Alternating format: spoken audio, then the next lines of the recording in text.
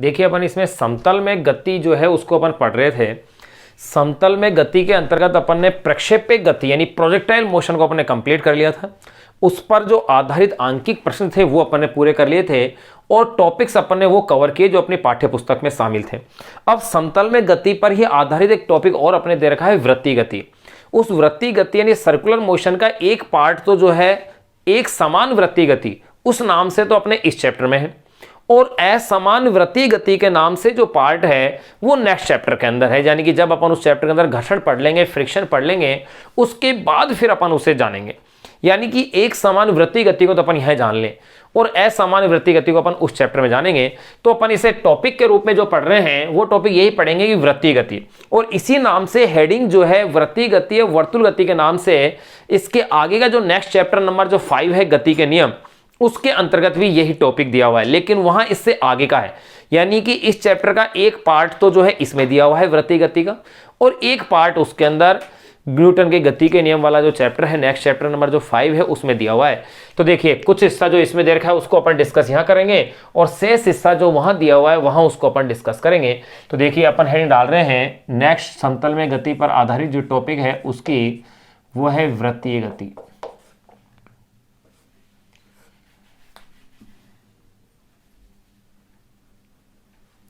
या इसे आप कह दीजिए वर्तुल गति, यानी कि अपन इसे कह सकते हैं सर्कुलर मोशन।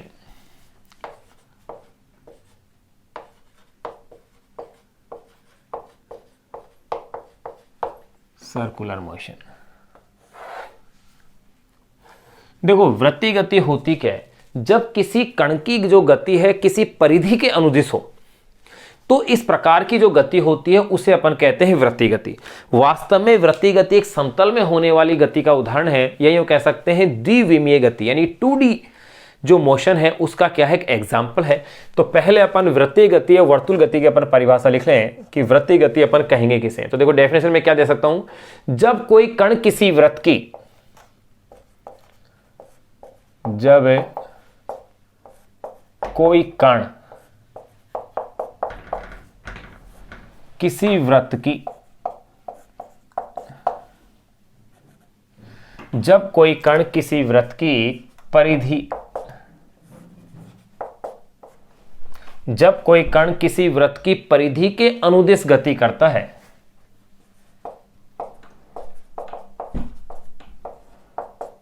परिधि के अनुदेश गति करता है, जब कोई कण किसी वृत्त की परिधि के अनुदिश गति करता है तो इस गति को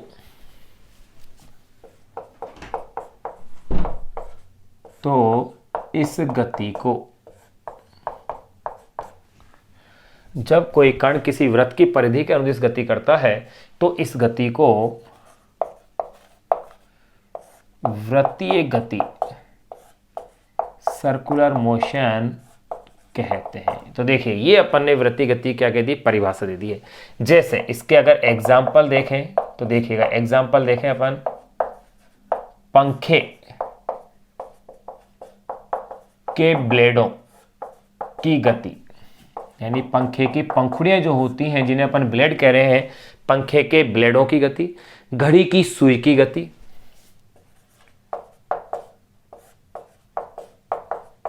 घड़ी की सुई की गति इत्यादि। ये इसके एग्जाम्पल्स अपने पास आ गए। फिर अपन देखें इसके बारे में एक पॉइंट ये लिख दें कि वृत्तीय गति एक द्विविमीय गति का उदाहरण है, या यूं कह सकते हैं समतल में गति का क्या है, उदाहरण। क्योंकि किसी तल में होने वाली गति सदैव कैसी गति होती है, द्विविमीय गति होती है। तो आप कह सकते हैं वृत्तीय गति,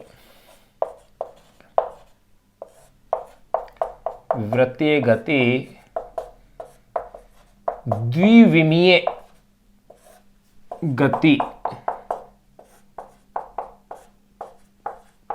द्विविमीय गति का उदाहरण है। ये लो, ये पॉइंट और अपन ने क्लियर कर लिया। यहां अपन एक चीज नोट लगा के लिख सकते हैं क्या कह सकते हैं, एक गति और सुनी होगी आपने, वो भी वृत्ताकार पथ पर ही होती है, और वो होती है घूर्णन गति, जिसका अपन पूरा एक चैप्टर नंबर जो 7 है वो अपन जो इसका पढ़ेंगे, वो पूरा चैप्टर नंबर 7 इसी पर आधारित है, घूर्णन गति पर।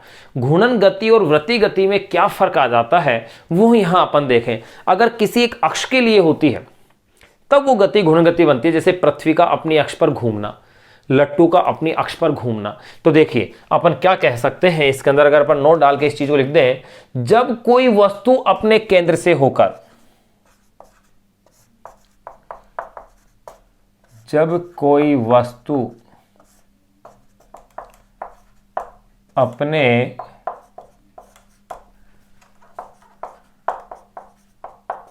केंद्र से होकर, जब कोई वस्तु अपने केंद्र से होकर गुजरने वाले अक्ष के परितः, केंद्र से होकर, केंद्र से होकर गुजरने वाले अक्ष के परितः, जब कोई वस्तु अपने केंद्र से होकर गुजरने वाले अक्ष के परितः वृत्तीय गति करती है, अक्ष के परितः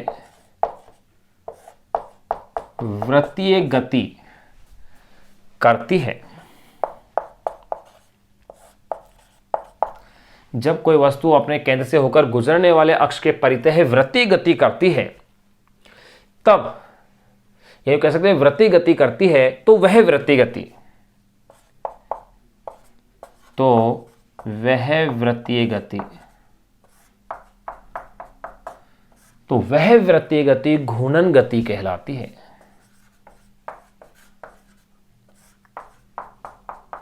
घूर्णन गति, रोटेशनल मोशन।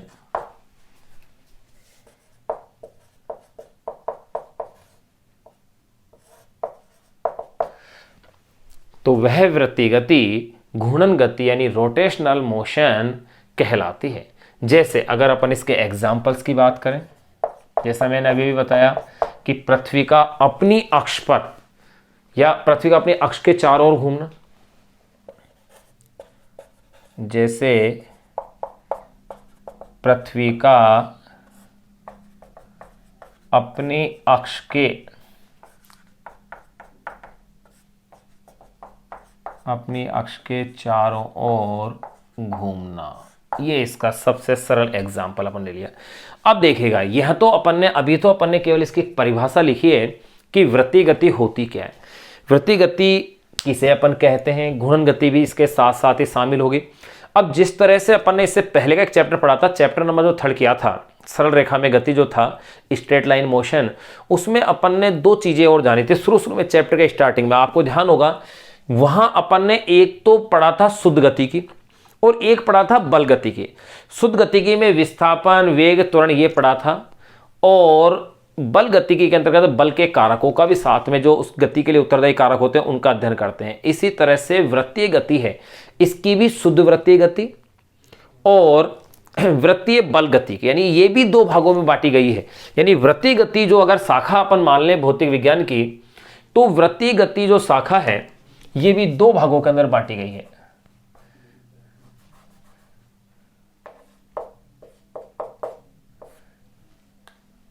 देखिएगा वृत्तीय गति जो शाखा है वो भी 2 भागों के अंदर बांटी गई है। कौन कौन से 2 हो सकते हैं वो देखिए। नंबर 1, सबसे पहले मैं इसमें लिख देता हूं वृत्तीय गति से संबंधित शुद्ध गति की। वृत्तीय गति से संबंधित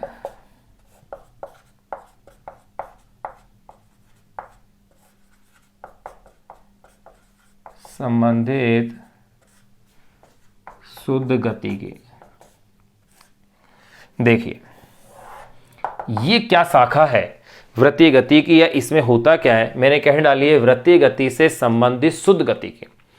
इसमें अपन यो कह सकते हैं जब वृत्तीय गति कर रहे कण की गति का कारण नहीं दिया गया हो, यानी कि किसके कारण वो गति हो रही है, तो ये जो अध्ययन होता है जिसमें कारण नहीं दिया गया है वो शुद्ध गतिकी में आते हैं, और जहां कारण आ जाए वो बन जाएगी उसकी बल गति की। यानी कि आप यूं कह सकते हैं वृत्तीय गति से संबंधित वापस लिख दें।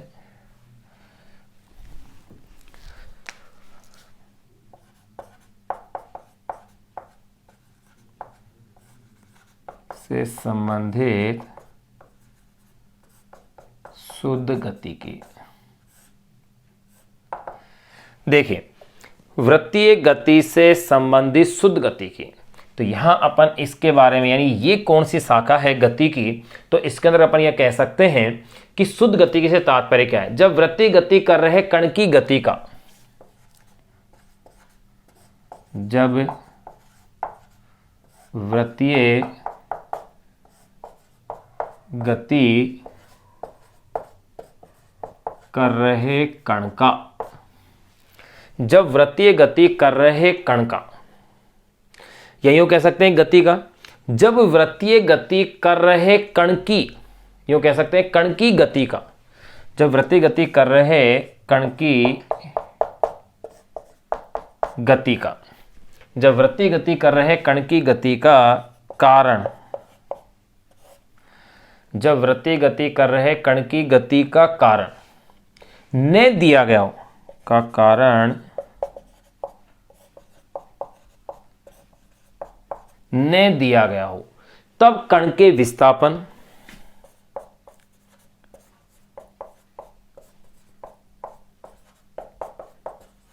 तब कण के विस्थापन, साथ में अपन ले सकते हैं वेग त्वरण, तब कण के विस्थापन, वेग एवं त्वरण।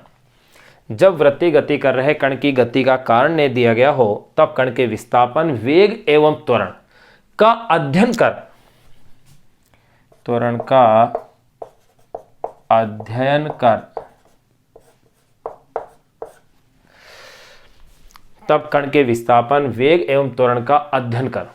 यहां अपन ने इसको लिख लिया है कि इसका अपन वेग, त्वरण और विस्थापन का अध्ययन कर, उसकी गति की व्याख्या, उसकी गति की व्याख्या वृत्तीय शुद्ध गति में की जाती है, का अध्ययन कर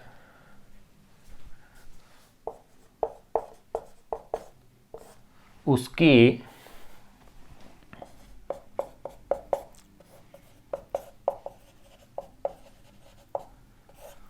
गति की व्याख्या। तो देखिए, मैं इसे वापस से रिपीट कर दूं, एक बार फिर से कह देता हूं। जब वृत्तीय गति कर रहे कण की गति का कारण ने दिया गया हो, तब कण के विस्थापन, वेग एवं त्वरण का अध्ययन कर उसकी गति की व्याख्या वृत्तीय शुद्ध गतिकी में की जाती है। गति की व्याख्या वृत्तीय शुद्ध गतिकी में की जाती है।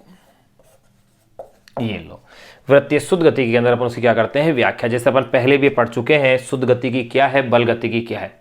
जैसे घड़ी की सुई की गति, पंखे के ब्लेडों की गति, वही एग्जाम्पल वापस लिख रहा हूं। जैसे घड़ी की सुई की गति, पंखे के ब्लेडों की गति,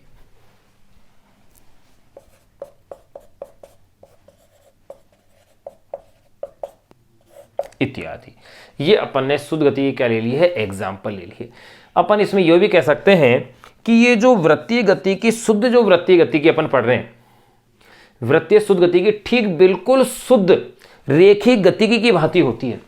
कैसे होती है, जैसे बस फर्क इतना सा है कि यहां वृत्तीय गति में उनकी जो राशियां हैं, उनके संगत राशियां, उनके साथ कोण शब्द जुड़ जाता है। जैसे वहां पर लेते हैं रेखीय विस्थापन, यहां लिखेंगे कोणीय विस्थापन, वहां लेंगे आप रेखीय वेग, यहां लेंगे कोणीय वेग, वहां लिखेंगे आप रेखीय त्वरण, यहां लिख देंगे अपन कोणीय त्वरण, यानी उसके संगत राशियां आ जाती हैं। ठीक उसी प्रकार से है। तो इस पॉइंट को अपन नोट कर लें कि वृत्तीय शुद्ध गति की,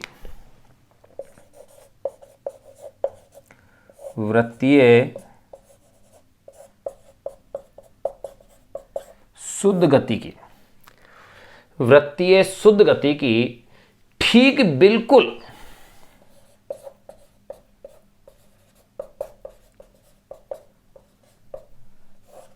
वृत्तीय शुद्ध गति की ठीक बिल्कुल रेखीय शुद्ध गति की, ठीक बिल्कुल रेखीय शुद्ध गति की भांति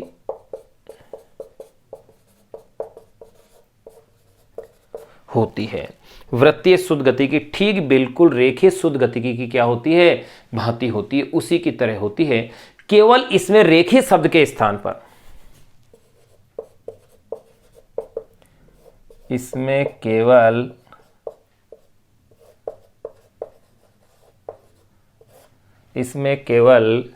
रेखीय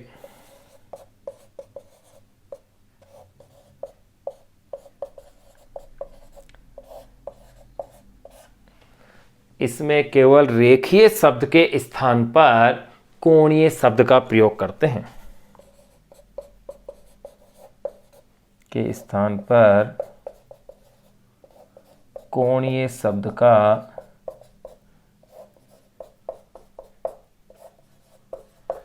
क्या करते हैं? प्रयोग करते हैं। इतना सा इसके अंदर अपन को फर्क करना है। कैसे करते हैं? देखो भाई, जैसे अब इसको अपन डिफरेंस के रूप में एक्सप्लेन कर लेते हैं। तो यहाँ तक आप इसे नोट कीजिए कि वृत्तीय गति क्या है। ये अपन ने एक तरह से इसका वृत्तीय गति का क्या जान लिया है? इंट्रोडक्शन जान लिया है कि वृत्तीय गति है क्या। उसमें भी पहला भाग अपन जान रहे हैं वृत्तीय गति से संबंधित शुद्ध गति के। तो देखिए, वृत्तीय गति या वर्तुल गति यानी सर्कुलर मोशन है क्या? जब कोई कण किसी वृत्त की परिधि के अनुदिश गति करता है तो इस गति को वृत्तीय गति कहते हैं। जैसे पंखे के ब्लेडों की गति, घड़ी की सुई की गति। वृत्तीय गति द्विविमीय गति का क्या है? उदाहरण है। ये ध्यान रखना है। नोट में मैंने लिखा है, जब कोई वस्तु अपने केंद्र से होकर गुजरने वाले अक्ष के परितः है, यानी उसके सापेक्ष, परितः मतलब उसके सापेक्ष वृत्तीय गति करती है, तो वह वृत्तीय गति घूर्णन गति यानी रोटेशनल मोशन कहलाती है। जैसे पृथ्वी का अपनी अक्ष के चारों ओर घूमना। नंबर फर्स्ट, अब अपन जान रहे हैं वृत्तीय गति से संबंधित शुद्ध गति की। ये होती क्या है? देखो, जब वृत्तीय गति कर रहे कण की गति का कारण ने दिया गया हो, तब कण के विस्थापन, वेग एवं त्वरण का अध्ययन कर उसकी गति की व्याख्या वृत्तीय शुद्ध गतिकी में की जाती है। जब कारण नहीं दिया गया हो तो उसका अध्ययन अपन किस में करते हैं? वृत्तीय शुद्ध गतिकी में इस चीज का अपन अध्ययन करते हैं। देखिए, जैसे घड़ी की सुई की गति है, पंखे के ब्लेडों की गति है। अगर कारण दे दिया जाए, यानी जिस बल के कारण गति हो रही है, तब ये कहलाएगी बल गति की, यानी इस शाखा को अपन कह देंगे बल गति की। तो देखिए फिर इसी में आगे, वृत्तीय शुद्ध गति की ठीक बिल्कुल रेखीय शुद्ध गतिकी की भांति होती है। इसमें केवल रेखीय शब्द के स्थान पर कोणीय शब्द का क्या होता है? प्रयोग करते हैं। जैसे अब इसको अपन एक एग्जाम्पल से जान लें। यहां देखो, अपन कोणीय वेग, कोणीय त्वरण, उनके फॉर्मूले डिराइव्ड नहीं कर रहे हैं, मैं डायरेक्ट लिख रहा हूं, क्योंकि यहां इन फॉर्मूलों को अपन आगे डिराइव्ड करेंगे, इनको व्युत्पन्न करेंगे जब अपन एक चैप्टर इसके अंदर पढ़ेंगे आगे, घूर्णन गति। उस घूर्णन गति वाले चैप्टर के अंदर अपन को इनको व्युत्पन्न करना है इन फॉर्मूलों को। वैसे यहां पर भी अपन व्युत्पन्न कर सकते हैं, लेकिन अपनी बुक में इसको डेरिवेशन किया हुआ नहीं है, डायरेक्ट अपन यूज कर लें, ज्यादा बेटर है, क्योंकि दो बार उसकी डेरिवेशन अपन करें, उसके बजाय अपन एक जगह ही घूर्णन गति के अंदर क्या करेंगे? इसकी डेरिवेशन कर लेंगे। तो देखिए भाई, वृत्तीय गति के अंदर अब अपन इसको कोणीय गति से थोड़ा सा क्या कर लेंगे? कंपेयर कर लेंगे, थोड़ी सी इसकी तुलना हो जाएगी।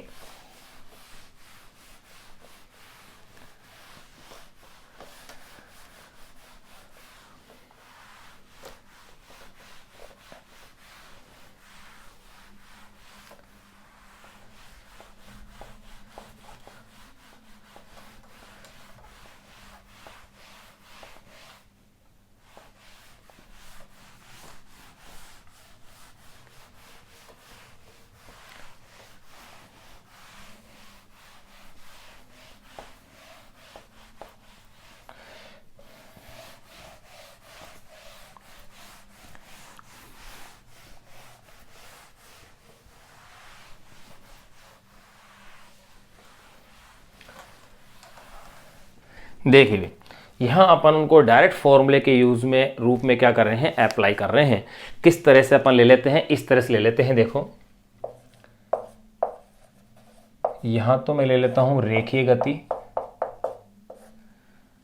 और यहां इधर मैं कॉलम के अंदर लिख देता हूं कोणीय गति। ये लो, या एक तरह से कह सकता हूं रेखीय गति या कोणीय गति। चलो इसको कंपेयर कर लें। देखो भाई, जैसे नंबर 1 मैं इसके अंदर लेता हूं स्थिति, ध्यान रहे इसमें स्थिति को रिप्रेजेंट अपन करते हैं स्मॉल r से, और यहां स्थिति को अपन जो कहेंगे वो अपन कहेंगे, देखो यार रेखीय शब्द लगाए नहीं, अगर रेखीय शब्द लगा रहे हैं तो भी गति है, मतलब स्थिति। यहां मैं क्या लगाऊंगा, कोणीय शब्द, यानी कि क्या कहलाएगी ये, कोणीय स्थिति।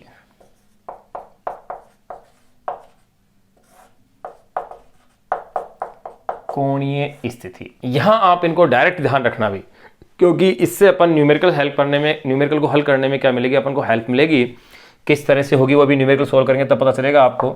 नंबर 2, जैसे अगर इसमें कह दिया जाए कि विस्थापन, जिसे अपन केवल रेखीय विस्थापन भी कहते हैं, इसमें रेखीय विस्थापन को अपन रिप्रेजेंट करते थे, ध्यान हो तो डेल्टा आर से। इसी चैप्टर में किया है अपन ने ये काम, तो पहले यहां ले लेंगे अपन कोणीय विस्थापन, ये लीजिए, और कोणीय विस्थापन को रिप्रेजेंट करेंगे अपन डेल्टा थीटा से। नंबर 3, यहां अपन कह देंगे रेखीय वेग, या इसे अपन केवल वेग भी कह सकते हैं। तो देखो रेखीय वेग को अगर मैं v से रिप्रेजेंट करूं तो ये होता है dr/dt, यानी ताक्षणिक वेग हो जाता है। या मैं इसे यूं कह दूं, पहले तो मैं इसे औसत वेग के रूप में लिख करके लिमिट के रूप में भी लिख सकता हूं, यानी यूं कह सकता हूं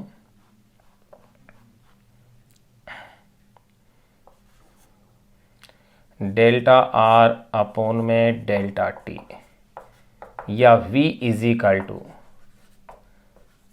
डेल्टा t 0 डेल्टा r/डेल्टा t। तो ये समीकरण लिखवा आ जाएगी v is equal to dr/dt, ये लो। इसी तरह से यहां पर जो शब्द आ जाएगा वो होगा कोणीय वेग, और ध्यान रहे रेखीय वेग को तो अपन रिप्रेजेंट कर रहे हैं v से, और कोणीय वेग को रिप्रेजेंट करेंगे ओमेगा से। यहाँ ये विशेष ध्यान रखना है, ये बहुत काम आने वाला फॉर्मूला है, बहुत ज़्यादा अपने पास क्या होगा, ये काम आएगा। देखिए कोणीय वेग ओमेगा, इसको भी मैं ऐसे ले सकता हूँ, जैसे मैंने डेल्टा r/डेल्टा t लिए है, तो इसे मैं कह सकता हूँ डेल्टा थीटा/डेल्टा t। ये तो हो गया है औसत कोणीय वेग। और अगर मैं ताक्षणिक लिखना चाहूं तो देखो डायरेक्ट लिख देता हूं मैं इसे इसी की भांति। चलो इसको भी मैं ऐसा ही लिख देता हूं ताकि आपके लिए आसान रहे कंपेयर करना ना। देखो इस तरह से यहां मैं लिख देता हूं v औसत, औसत रेखीय वेग का फॉर्मूला ले रहा हूं मैं डेल्टा r/डेल्टा t, एंड v ताक्षणिक, अगर v ताक्षणिक ये कहते हैं तो इसे मैं कह दूंगा dr/dt। इसी तरह से यहाँ ओमेगा ताक्षणिक इज इक्वल टू हो जाएगा d थीटा/dt। अब देखो भाई यहाँ विशेष ध्यान देने वाली बात क्या है कि ओमेगा इज इक्वल टू थीटा/t है, ये मैं ऐसे कह सकता हूँ। थीटा यानी कि एक चक्कर को पूरा करने पर कोणीय विस्थापन हुआ, एक सर्किल। अगर एक चक्कर को पूरा करने में जो समय लगता है उसे अपन कहते हैं आवर्तकाल या परिक्रमण काल। एक चक्कर को पूरा करने में लगा समय, अगर पूरे एक वृत्त की अगर मैं बात करूं तो देखो 2 पाई कोण का मान कितना होगा, एक सर्किल पूरा करने में, एक वृत्त पूरा करने में जो कोण बनेगा वो कोण कितना बनेगा 2 पाई, 360 डिग्री। 360 डिग्री मतलब क्या है 2 पाई, और उसको पूरा करने में लगा समय क्या होता है आवर्तकाल। और 1/, आवर्तकाल को क्या कहते हैं अपन, आवृत्ति कहते हैं। तो ध्यान रहे मैं यहां लिख रहा हूं, यहां कैपिटल T बराबर है आवर्तकाल, यानी कि एक चक्कर को पूरा करने में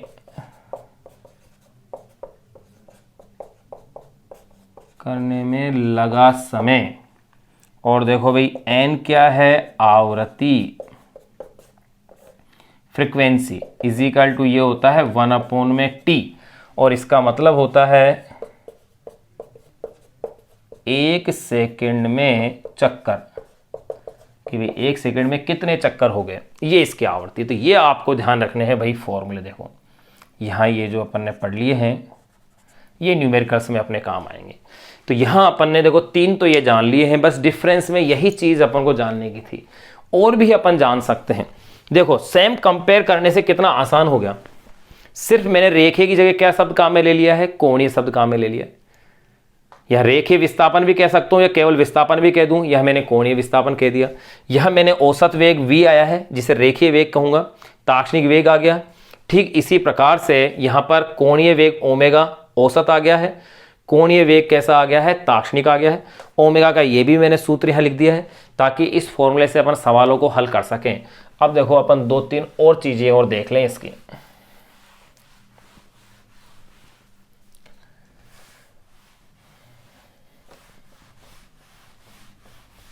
यहाँ ये विशेष रखना क्योंकि न्यूमेरिकल्स देखा है अपने, एक एग्जाम्पल है उसको भी अपन सोल्व करेंगे जो इसी बेस पर सोल्व करेंगे उस एग्जाम्पल को।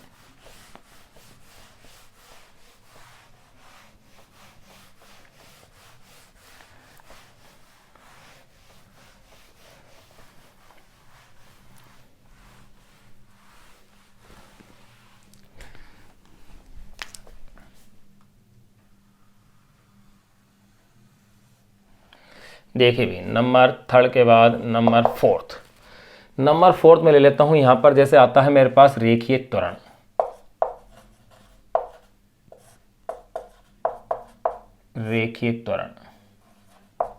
जिसे कि मैं स्मॉल ऐसे रिप्रेजेंट करूं। तो देखो भैया अगर औसत रेखीय त्वरण की बात करें तो मैं इसे लिखूंगा डेल्टा वी अपॉन में डेल्टा टी।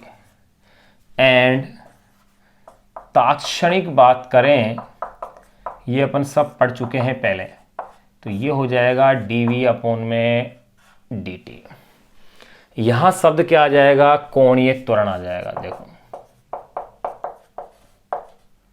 कोणीय त्वरण, इसे रिप्रेजेंट कर रहे हैं अपन अल्फा से। तो देखिए भाई अगर अल्फा मुझे औसत लेना है तो डेल्टा ओमेगा अपॉन में डेल्टा टी लिखूंगा, क्योंकि कोणीय वेग में परिवर्तन की दर हो गई भाई कोणीय त्वरण। वैसे विस्तार से अपन 7वें चैप्टर में पढ़ेंगे घूर्णन गति में इस चीज को, लेकिन यहां तो एज ए इंट्रोडक्शन पढ़ रहे हैं क्योंकि काम आएगी यहां पर ये। और अगर अल्फा ताक्षणिक कह दिया जाए तब देखो, तब ये बन जाएगा डी ओमेगा अपॉन में डी टी। यहां तक अपने पास आ गया। नंबर 5 मैं इसमें देखो गति के समीकरण लिख सकता हूं।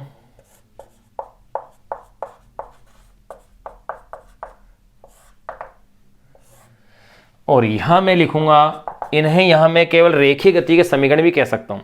यहां मैं कहूंगा इन्हें घूर्णन गति के समीकरण। ये लो घूर्णन गति के समीकरण। इसी से सेम मैं इसे नकल करूंगा। देखो कैसे, जैसे यहां पहली समीकरण क्या थी, v is equal to u plus a t. यहां पर v अंतिम वेग था, u प्रारंभिक वेग था, a उसका रेखीय त्वरण है और t क्या है, समय है। फिर इसी तरह से दूसरी समीकरण क्या थी, s is equal to u t plus half a t square. और तीसरी समीकरण थी v square is equal to u square plus 2as। तो देखो भाई दूसरी समीकरण हो जाएगी s is equal to u t plus half a t square. और तीसरी थी v square is equal to u square plus 2as।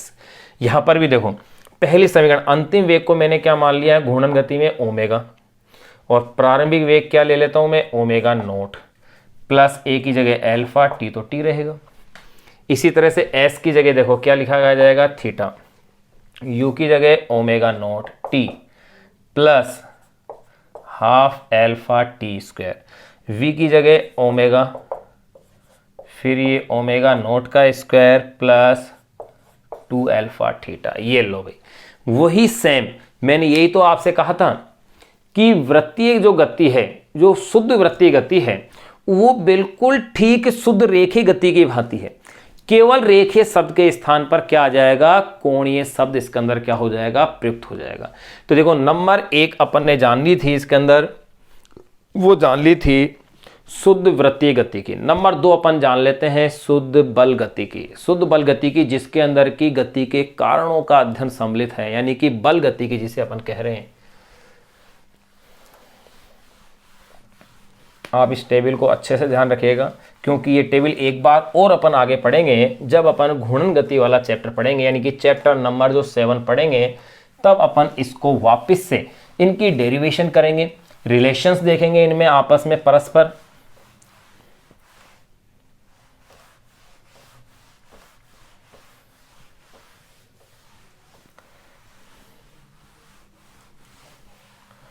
देखिए भी, अब नंबर 2 अपन बात कर रहे हैं इसके अंदर वृत्तीय बल गति की।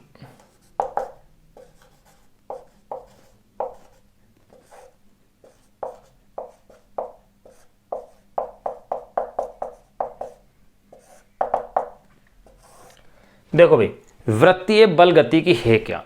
इसमें बल के अंतर्गत वस्तु की वृत्तीय गति होती है, या यूं कह सकते हैं गति के कारण को इसके अंदर क्या कर दिया गया है, शामिल कर दिया गया है।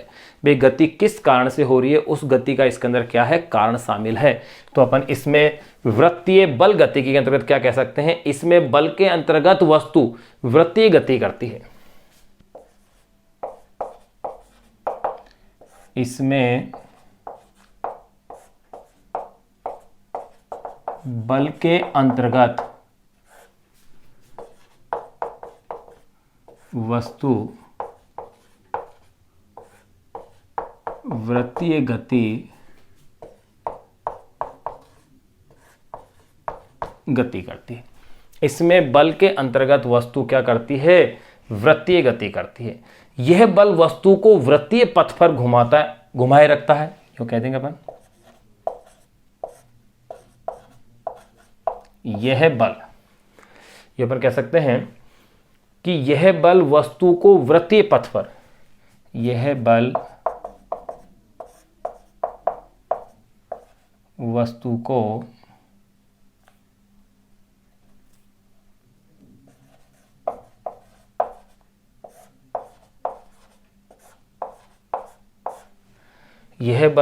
को वृत्तीय पथ पर घुमाता रहता है।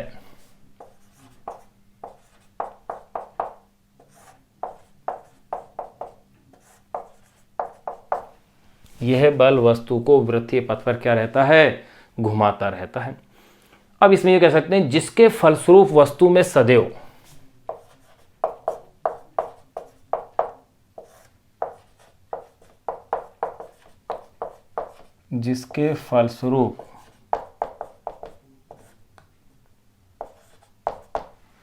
वस्तु में सदैव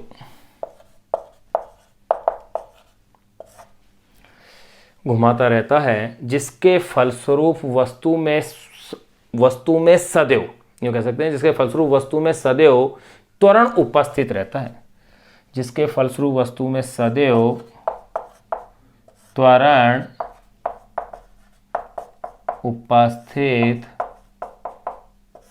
रहता है। ये है, जिसके फलस्वरूप वस्तु में सदैव त्वरण क्या रहता है, उपस्थित रहता है, जो कि सदैव, और ये जो त्वरण होता है सदैव परिवर्तित होता है, रहता है, जो कि सदैव परिवर्तित। यह बल वस्तु को वृत्तीय पथ पर घुमाता रहता है, जिसके फलस्वरूप वस्तु में सदैव त्वरण उपस्थित रहता है, जो कि सदैव परिवर्तित होता है।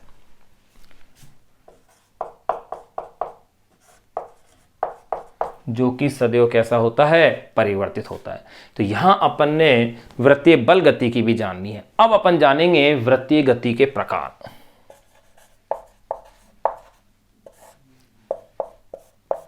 वृत्तीय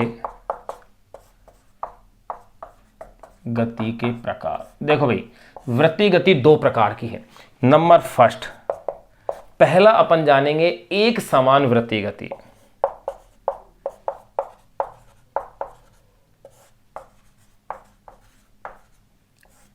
एक समान वृत्तीय गति, यही अपने बुक के अंदर इस चैप्टर में हेडिंग इसी नाम से है, एक समान वृत्तीय गति, जो कि अपन को इस चैप्टर 4 के अंदर पढ़नी है। यहाँ तो अपन ने इसकी भूमिका पढ़ी है यहाँ तक। तो एक समान वृत्तीय गति, या यूं कह सकते हैं क्षैतिज में वृत्तीय गति,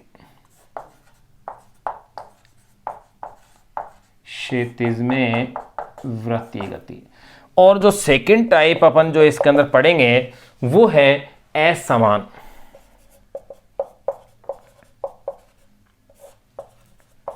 असमान वृत्तीय गति, या यूं कह सकते हैं ऊर्ध्वाधर, ऊर्ध्वाधर में वृत्तीय गति, ये असमान। इसमें से जो एक समान वृत्तीय गति है ये तो अपन इसी अध्याय में पढ़ेंगे, लेकिन असमान वृत्तीय गति अपन नेक्स्ट जो चैप्टर है, चैप्टर नंबर 4, तो उसमें पढ़ेंगे। लेकिन इसका इंट्रोडक्शन जरूर अपन इसी में जान लेंगे, क्योंकि एक न्यूमेरिकल ऐसा दे रखा है जिसमें कि रेखीय त्वरण और अभिकेंद्रीय त्वरण, इनमें रिलेशन के साथ का एक क्वेश्चन दिया हुआ है, जो क्वेश्चन नंबर है शायद 31 या क्वेश्चन नंबर 30, शायद 31 है। वो जो क्वेश्चन नंबर 31 है उसको हल करने के लिए अपन को इस असमान गति का थोड़ा सा इंट्रोडक्शन अपन को इसी चैप्टर में पढ़ना पड़ेगा, क्योंकि वो थोड़ा सा इंट्रोडक्शन अपन जब पढ़ लेंगे तो ही अपने पास ये न्यूमेरिकल अपने लिए क्या होगा, आसान होगा और अच्छे से क्या होगा, सोल्व होगा। तो अब अपन इसमें पढ़ने जा रहे हैं एक समान वृत्तीय गति, यानी कि यूं कह सकते हैं क्षैतिज में वृत्तीय गति। इस टॉपिक को अपन पढ़ने जा रहे हैं और अपनी इस बुक के अंदर एनसीईआरटी बुक में इसी नाम से टॉपिक दिया हुआ है, नेकी वृत्तीय गति के नाम से, जबकि होना चाहिए था ये वृत्तीय गति है, वर्तुल गति के नाम से होना चाहिए था, और वहां फिर ये पूरा टॉपिक एक साथ होना चाहिए था।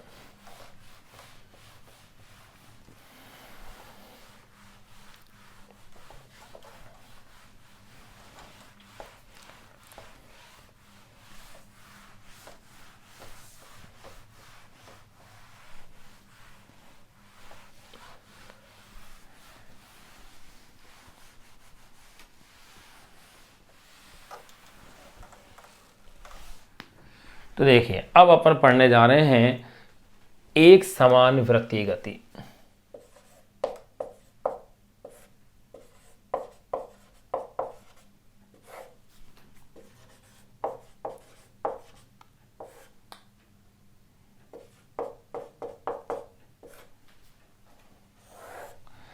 एक समान वृत्तीय गति यानी ऐसी गति जिसमें चाल कैसी रहे, नियत रहे, वही एक समान वृत्तीय गति कहलाएगी।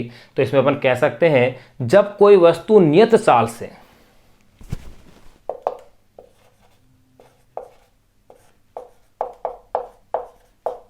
जब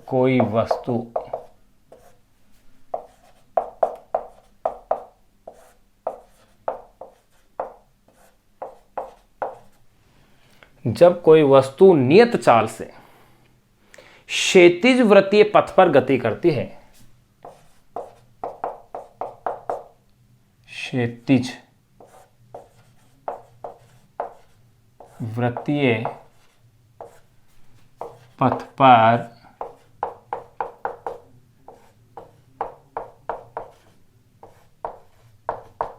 गति करती है, जब कोई वस्तु नियत चाल से क्षैतिज वृत्तीय पथ पर क्या करती है, गति करती है, तो वस्तु की गति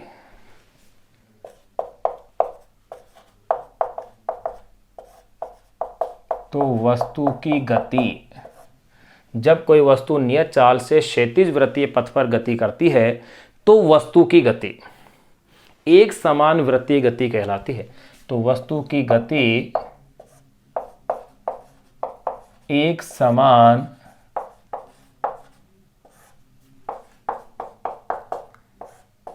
वृत्तीय गति कहलाती है। तो वस्तु की गति एक समान वृत्तीय गति कहलाती है।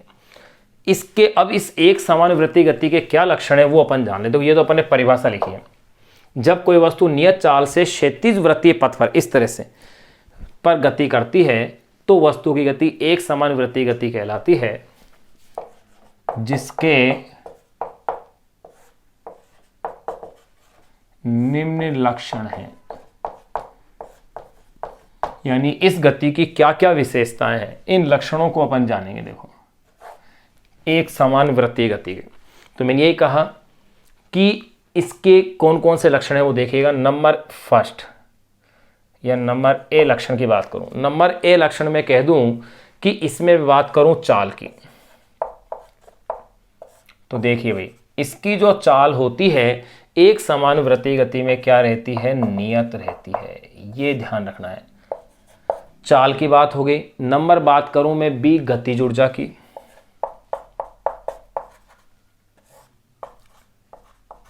और भाई चाल अगर नियत है, क्योंकि चाल अदिश राशि रखना, वेग नहीं कह रहा मैं, क्योंकि वृत्ताकार पथ पर निरंतर दिशा बदलती है, इसका मतलब वेग नियत नहीं है। क्या नियत है इसके अंदर, चाल नियत है, क्योंकि चाल यानी वेग का परिमाण, परिमाण तो वही है लेकिन दिशा उसकी निरंतर बदल रही है, और अगर दिशा बदल रही है इसका मतलब वेग नियत नहीं है, क्योंकि वेग दिशा भी बदल गई तो भी वेग कैसा है, परिवर्तित वेग है, असमान वेग, जबकि यहां पर तो केवल क्या है, चाल नियत है, दिशा नहीं है।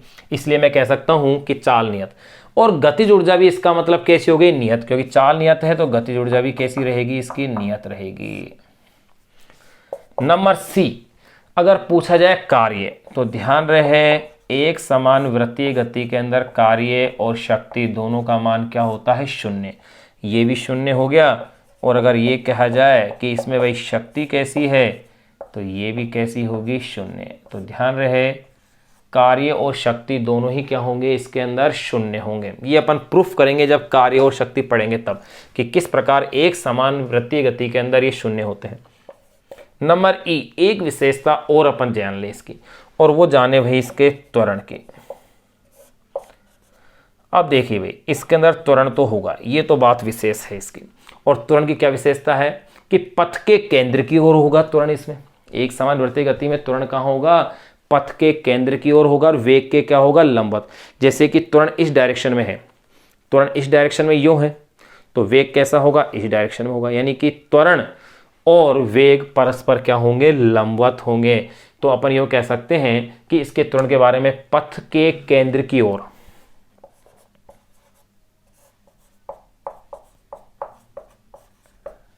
पथ के केंद्र की ओर यूं कह सकते हैं, यानी उसकी जो दिशा होगी त्वरण की सदैव रखना पथ के केंद्र की ओर होगी, तथा वेग के लंबवत, तथा वेग के लंबवत। ये इसके त्वरण की सबसे बड़ी विशेषता है कि यहां एक समान त्वरित गति के अंदर, या एक समान वृत्तीय गति के अंदर जो त्वरण होगा वो पथ के केंद्र की ओर होगा, और सदैव क्या होगा, वेग के लंबवत होगा। तो इसी त्वरण को कहा जाता है अभिकेंद्रीय त्वरण। तो अपन कह सकते हैं इस त्वरण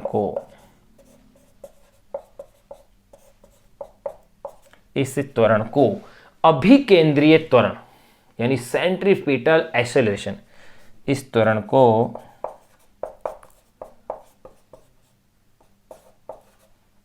को अभिकेंद्रीय त्वरण, सेंट्रीपिटल एक्सेलरेशन, इस त्वरण को अभिकेंद्रीय त्वरण यानी सेंट्रीपिटल एक्सेलरेशन, या इसे ही अपन कहते हैं त्रिज्यीय त्वरण,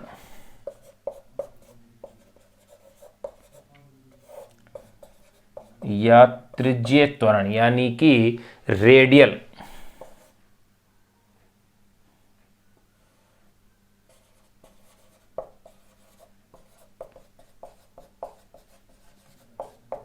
एक्सेलरेशन कहते हैं। ये लो त्रिज्यीय त्वरण या अभिकेंद्रीय त्वरण की अपने पास यहाँ एक सिंपल सी अपन एक डेफिनेशन के रूप में ले दिया है इसे, कि पथ के केंद्र की ओर और वेग के लंबवत जो त्वरण होता है उसे ही अपन क्या कहते हैं, अभिकेंद्रीय त्वरण। तो ये एक समान वृत्तीय गति, अगर पूछा जाए एक समान वृत्तीय गति होती क्या है, तो आप उसकी परिभाषा देकर के ये अभिलक्षण उसके बता सकते हैं कि एक समान वृत्तीय गति क्या है, उसकी क्या विशेषता है। तो ये अपन उसकी विशेषताएं कह सकते हैं। और इस एक समान वृत्तीय गति से ही अपने पास ये कॉन्सेप्ट आ गया है, ये चीजें अपने पास आ गई है। अब इस एक समान जो वृत्तीय गति आई है वहां एक शब्द आया है अभिकेंद्रीय त्वरण। अब अपना काम है इसमें अभिकेंद्रीय त्वरण का व्यंजक प्राप्त करना, यानी इसका अपन को सूत्र व्युत्पन्न करना है क्या वो व्यंजक है, अब उसको अपन डिस्कस करते हैं। यानी कि एक डेरिवेशन है छोटी सी, उस डेरिवेशन को अपन कंप्लीट करेंगे। बिल्कुल सरल सी है और सरल तरीके से ही अपन समझेंगे।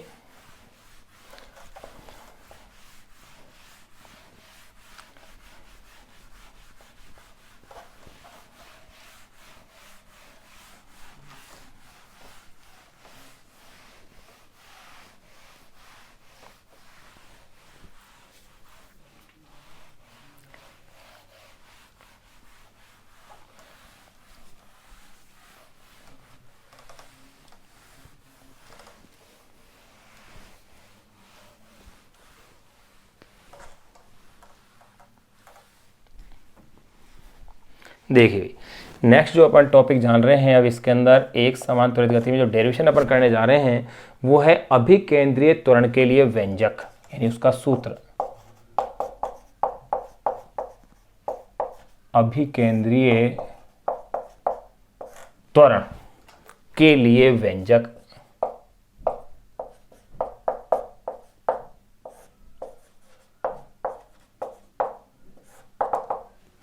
देखिए अभिकेंद्रीय त्वरण के लिए अपन को सूत्र व्युत्पन्न करना है, डेरिवेशन करनी है, जो कि एग्जाम में पूछी जा सकती है। सिंपल कैसे अपन लेंगे, देखिए भाई ये वृत्तीय पथ है, ये मैंने एक सिंपल सा एक वृत्तीय पथ बना दिया है।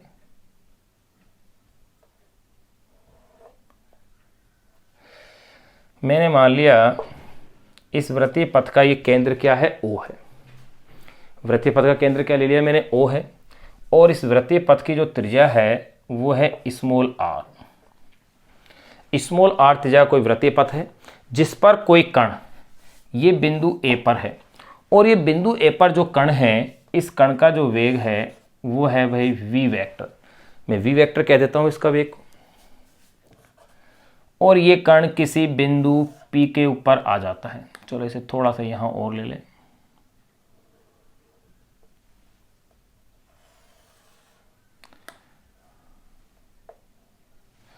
और ये कण कहाँ आ गया है, किसी बिंदु P के ऊपर मैंने इसे बना दिया है। यानी कि बिंदु A से ये कण गति करते हुए कहाँ आ गया है भाई, बिंदु P के ऊपर अगर आ गया है।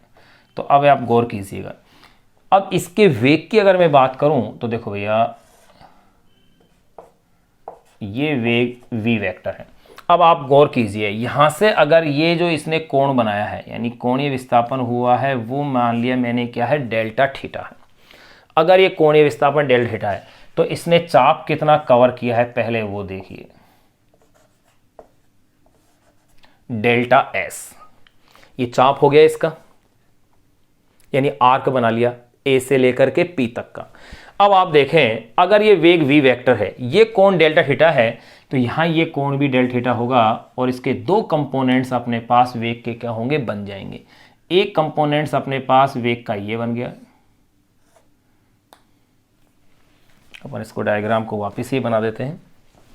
ये लीजिए ऐसे, इस तरह से देखो, वापिस से देख ले, थोड़ा सा अपन इसे बड़ा बना लेते हैं ताकि इनको स्पष्ट किया जा सके सभी राशियों को। देखिए थोड़ा सा बड़ा बना लेते हैं।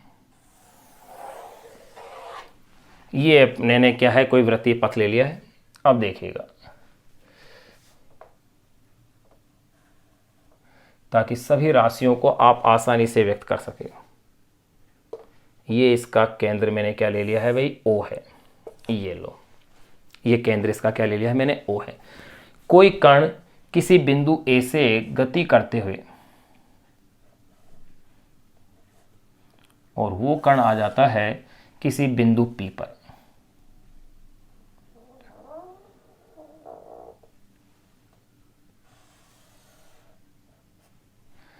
ये लो, यहां उस कण का जो वेग मैं ले रहा हूं वो है v वेक्टर है। इसी तरह से यहां पर जब वो कण आया, उसका वेग क्या है, v वेक्टर है। अब आप देखिएगा, ये जो कोण उसने बनाया है वो है डेल्टा थीटा, और कितना चाप उसका कवर हो गया है ये भी मैं उसमें व्यक्त कर सकता हूं।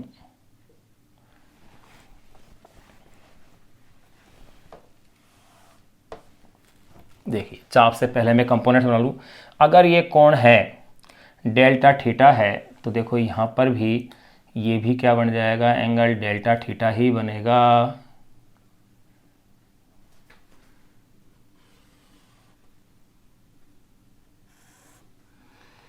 ये एंगल भी क्या बनेगा, डेल्टा थीटा बनेगा। और वेग एक सदिश राशि है तो निश्चित रूप से इसके क्या होंगे, दो घटक बनेंगे। और ध्यान रहे कोण के साथ वाला घटक सदैव कौन सा बनता है, कोस बनता है। ये चीज अपन सदिश में पढ़ चुके हैं कि कोण के साथ वाला जो घटक होता है वो सदैव क्या बनता है, कोस थीटा बनता है। तो ये वाला जो कंपोनेंट्स होगा ये तो हो जाएगा वी कोस डेल्टा थीटा यानी ऊर्ध्वाधर घटक, और ये वाला घटक हो जाएगा वी साइन डेल्टा थीटा। ये लो, ये अपने पास बिंदु था P, ये बिंदु P था। यहां मैंने चित्र को थोड़ा सा क्या कर दिया है, बड़ा बना दिया है ताकि अपन इसे स्पष्ट कर सके। अब मैं इसका चाप ले लेता हूं यहां से, ऐसे देखो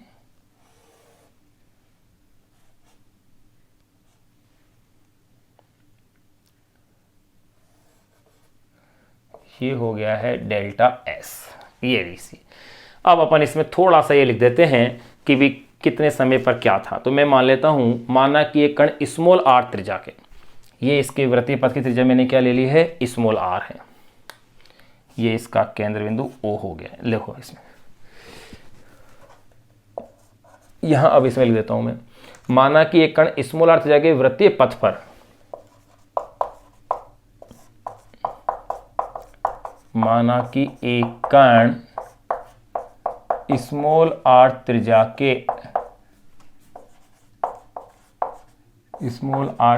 के वृत्तीय पथ पर, माना कि एक कण स्मॉल r त्रिज्या के वृत्तीय पथ पर क्षैतिज वृत्तीय गति कर रहा है। वृत्तीय पथ पर क्षैतिज वृत्तीय गति कर रहा है। ये लो, माना कि एक कण स्मॉल r त्रिज्या के वृत्तीय पथ पर क्षैतिज वृत्तीय गति क्या है, कर रहा है। जब कण पथ के बिंदु A से P पर पहुंचता है तो अपन यूं कह सकते हैं समय डेल्टा C पश्चात कण के रेखीय वेग की दिशा क्या होती है, बदल जाती है। जब कण पथ के बिंदु A से बिंदु P पर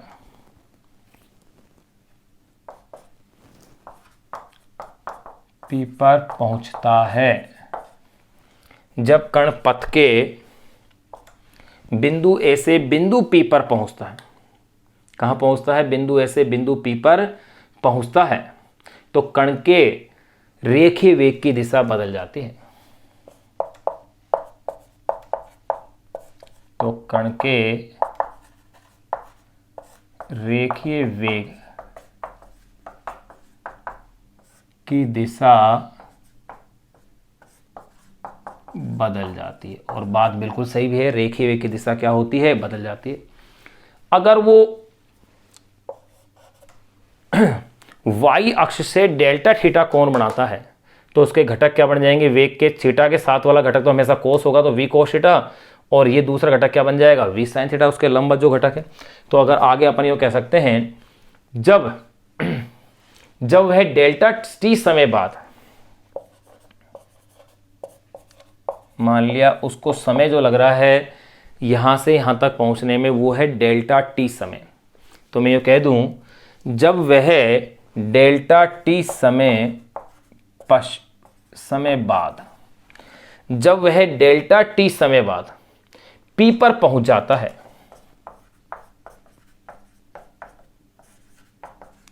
P पर पहुंच जाता है, तो जब वह डेल्टा t समय बाद P पर पहुंच जाता है तो वह y अक्ष से, तो वह y अक्ष से डेल्टा थीटा कोण, भाई ये कोण अगर डेल्टा थीटा है तो ये भी इसकी ज्योमेट्री से डेल्टा थीटा ही बनेगा, तो वह y अक्ष से डेल्टा थीटा कोण बनाता है। ये लो, तो वह वाई अक्ष से क्या बना रहा है भाई, डेल थीटा कोण बनाता है, जिसके फलस्वरूप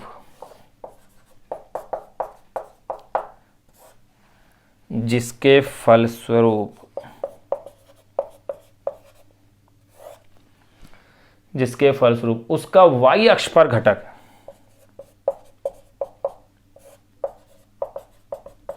उसका वाई अक्ष पर घटक क्या होगा, v cos theta. Y theta कोण बनाता है जिसके फलस्वरूप उसका वाई अक्ष पर वेग का घटक v कोस delta theta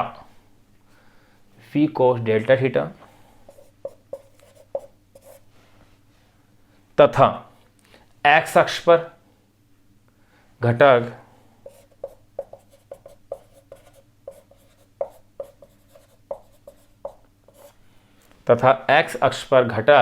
v sine delta theta होगा। ये लो भाई, x अक्ष पर घटक क्या होगा, v साइन डेल्टा थीटा होगा। अब देखो इस अवस्था में अगर अपन अब इसकी डेरिवेशन की बात करते हैं, इस अवस्था में देखो भाई, अब इस अवस्था में अपन इसकी डेरिवेशन करेंगे। वो देखिए, आपने ये स्टेप्स तो जान लिया है, मैंने इसकी डायग्राम की जो कहानी थी वो आपको मैंने लिख दी है अभी के तुरंत की। अब अपन इसकी डेरिवेशन शुरू करेंगे।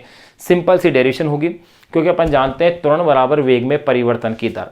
तो अपन x अक्ष पर वेग में परिवर्तन देखेंगे और x अक्ष पर देखेंगे, x और y दोनों अक्षों पर जो वेग में परिवर्तन देखेंगे, उसी आधार पर अपन क्या करेंगे, त्वरण के मान की गणना कर लेंगे। ये एक सिंपल सी डेरिवेशन है जिसकी अपन अब डेरिवेशन की चर्चा अब करेंगे, देखो नेक्स्ट पॉइंट के रूप में इसमें।